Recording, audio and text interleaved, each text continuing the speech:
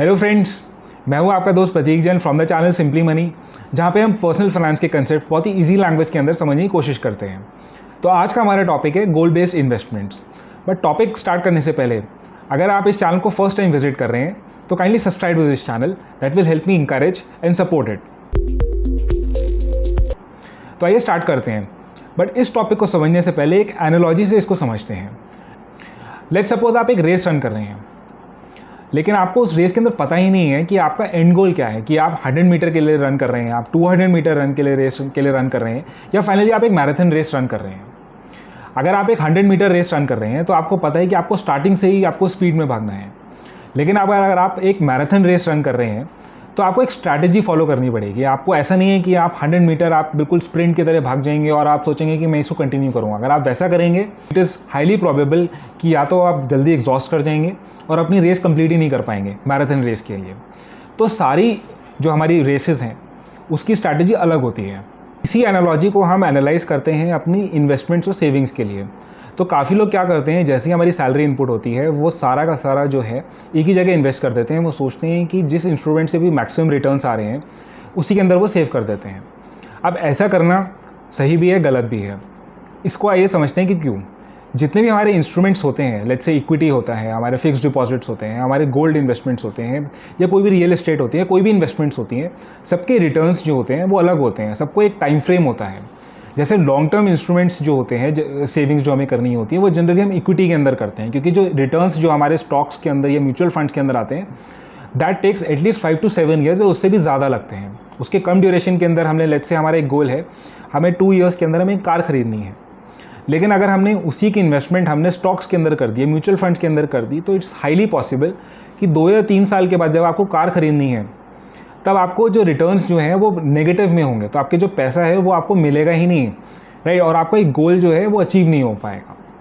तो आपको ये पता होना चाहिए कि आपके शॉर्ट टर्म, मिड टर्म या फिर आपके लॉन्ग टर्म गोल्स क्या हैं। जैसे रेस के अंदर आपको पता होना चाहिए कि क्या आपकी वो रेस 100 मीटर की है या मैराथन रेस रन कर रहे हैं। उसी तरीके से आपको इन गोल्स के बारे में पता होना चाहिए। अब शॉर्ट टर्म, मिड टर्म या लॉन्ग टर्म गोल्स जो होते हैं वो पर्सनल गोल्स होते हैं, लेकिन जनरली आप इसको ऐसे डिफाइन कर सकते हैं कि जो शॉर्ट टर्म गोल्स होते हैं, लेट्स से आपका 2 ईयर्स के अंदर आपको, या 2 to 3 ईयर्स या उससे भी कम ड्यूरेशन के अंदर आपको कोई चीज़ चाहिए। लेट्स से आपको कार खरीदनी है, आपको कोई ट्रैवल प्लान करना है, या लेट्स से आपको कोई हाउस खरीदना है, घर खरीदना है आपको शॉर्ट टाइम ड्यूरेशन के अंदर ही।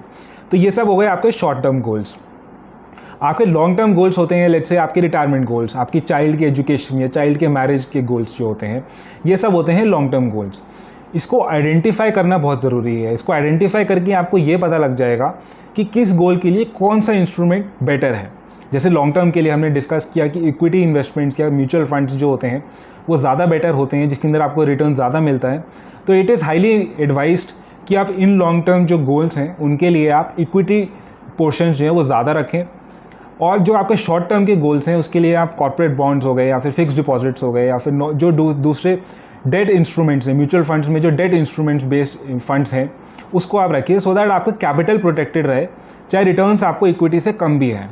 अब सेकंड चीज़ पे आते हैं कि काफ़ी लोग क्या करते हैं कि वो एक ही पूल बना के रखते हैं। लेट्स से अगर आपकी एक सैलरी आई 1 लाख रुपये, आपको 40,000 रुपये, 40,000 रुपीज़ आप सेव करते हैं, इन्वेस्ट करते हैं।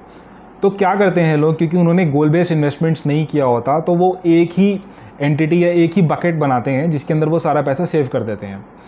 इससे फ़ायदे भी हैं, नुकसान भी हैं, लेकिन ज़्यादा नुकसान है। लेट्स से आपके पास एक ही कॉमन बकेट के अंदर आपके पास लेट्स से 40 लाख रुपीज़ हैं, तो ऐसा हो सकता है कि आप एक ही गोल के लिए ओवर विड्रॉ कर लो जो दूसरे गोल्स के लिए कम पड़ जाएगा। लेट्स से आपने एक कार खरीदनी है 5 लाख रुपीज़ की, लेकिन क्योंकि आपके पास, आपको पता है कि 40 लाख रुपीज़ हैं जो आपने अलग अलग गोल्स के लिए नहीं आपने डिमार्केट किया हुआ है, तो ऐसा बहुत पॉसिबल है कि आपको लगेगा कि यार मेरे पास तो अभी 40 लाख रुपीज़ हैं, मैं 5 लाख की कार क्यों, मैं 8 लाख से 10 लाख की कार ले लेता हूँ। तो इससे आप अपना कार खरीदने का गोल तो अचीव कर लोगे बहुत अच्छे तरीके से, लेकिन आपके जो दूसरे गोल्स हैं वो हर्ट हो जाएंगे। जो इससे सेकंड जो सबसे बड़ी प्रॉब्लम आती है वो ये आती है कि आपको एक फॉल्स नोशन लगता है, आपको लगता है कि यार मेरे पास इतना बड़ा बकेट या इतना बड़ा पैसा इकट्ठा हो चुका है, 40 लाख फॉर एग्जांपल हमारे पास है, तो मेरे सारे के सारे गोल्स आराम से हो जाएंगे। तो आइए समझते हैं कि अगर हम सेपरेट गोल बेस्ड इन्वेस्टमेंट करते हैं, यानी अगर हमने सेपरेट इनको बकेट्स या फंड्स बना के रखे होते हैं, तो इससे क्या फ़ायदे हैं जो हमें कॉमन बकेट या उसके अंदर इन्वेस्टमेंट्स में नहीं मिलते।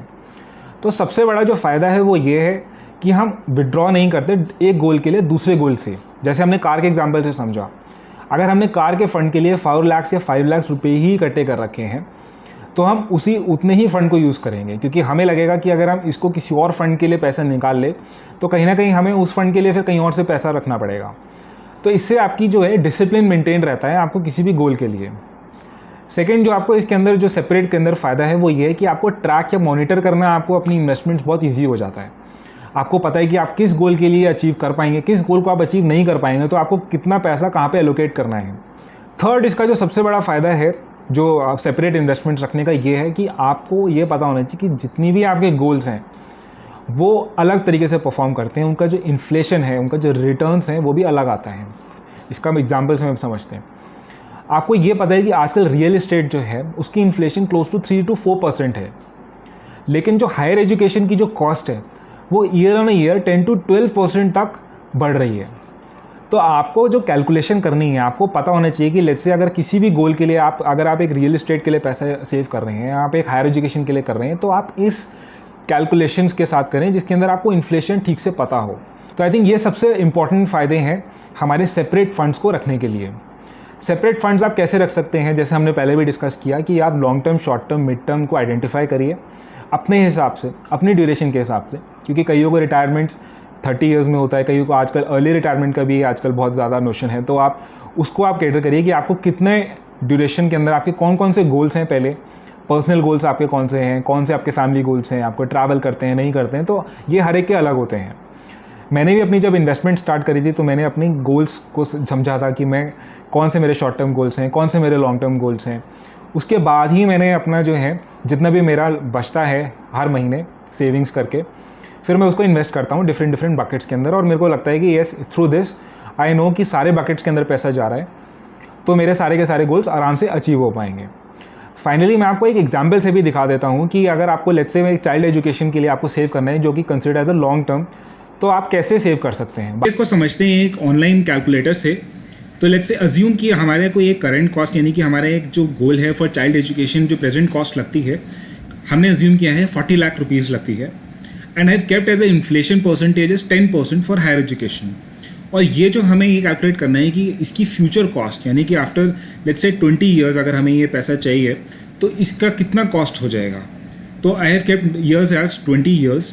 तो as you can see here, इसमें क्लियरली दिख रहा है कि फ्यूचर कॉस्ट जो हमारी 20 ईयर्स के बाद है 40 लाख्स जो है, अगर हम इन्फ्लेशन 10% रखते हैं so that will become 2 crore 70 lakh rupees, यानी कि हमें 20 साल बाद we need 2 crore 70 lakh rupees for to achieve this goal of child education. तो अब हमें ये जानना ज़रूरी है कि हम कितना इन्वेस्ट करें सो दैट हम 20 ईयर्स के बाद ये 2 करोड़ 70 लाख का जो अमाउंट है ये अचीव कर पाएँ। तो सिमिलरली हम ये एक और दूसरे ऑनलाइन कैलकुलेटर से हम देख सकते हैं कि हमारा जो टारगेट अमाउंट है हमारी है, target amount is 2 crore 70 lakh rupees, and I have kept this growth rate as a 10%, यानी कि हम इसको क्लियरली इक्विटी स्टॉक्स के म्यूचुअल फंड्स के अंदर हम सेव कर सकते हैं, जिसके अंदर हम कंजर्वेटिव साइड पे एक्सपेक्ट कर सकते हैं कि हमें रिटर्न्स 10% मिल जाएंगे। Investment duration I have kept as 18 years, and every year we will be increasing the amount by 10%। So as you can see here, हमारे जो इन्वेस्ट का हमें जो अमाउंट है हमें क्लियरली हर month close to 22,000 rupees invest करना पड़ेगा for 18 years every month, so that हम इस गोल को अपना 2 करोड़ 70 लाख जो हमारा हायर एजुकेशन का जो चाइल्ड की जो हमारा गोल है हम उसको क्लियरली अचीव कर पाएँ।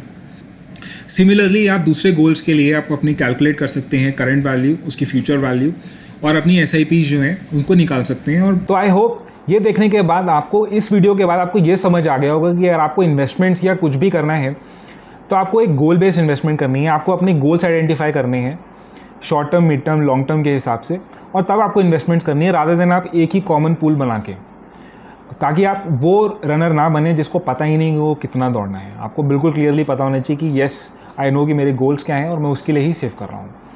तो I hope you like this video, and if you like this video, please press the like button and subscribe to this channel, Simply Money.